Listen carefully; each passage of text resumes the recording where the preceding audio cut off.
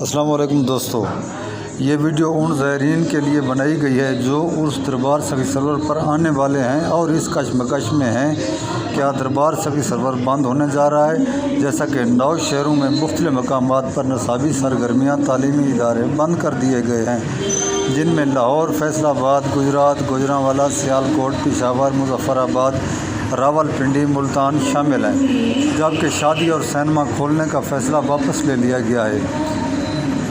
جیسا کہ آپ جانتے ہیں، میلہ سخی سرور کی شروع ہونے والی تاریخ کو ابھی 5 دن باقی ہیں، جو 16 مارچ سے 31 مارچ تک لگنا ہے، جبکہ میلے کا آغاز 1 مارچ سے ہو چکا ہے۔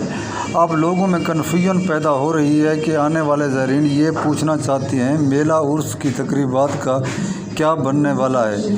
ان کے لیے معلوماتی ویڈیو ہے۔ میلہ سخی سرور اب کے جمعرات میں 60 سے 80 قافلوں پر مشتمل ہے اور انتظامیہ کی طرف سے ایڈمنسٹریٹر اوقاف نے کیمراز روم اور دوسرے معاملات کے لیے مینیجر اوقاف ڈیرہ غازی خان کو فوکل پرسن مقرر کر دیا۔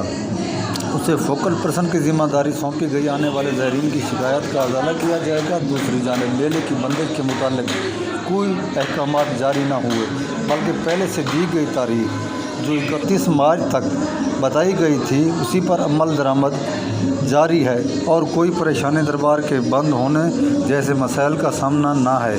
لوگ بتدریج مرشد کی طرف رواں دواں ہیں۔ انشاءاللہ میلہ دربار سخی سرور اپنی مقررہ تاریخ تک سجے گا۔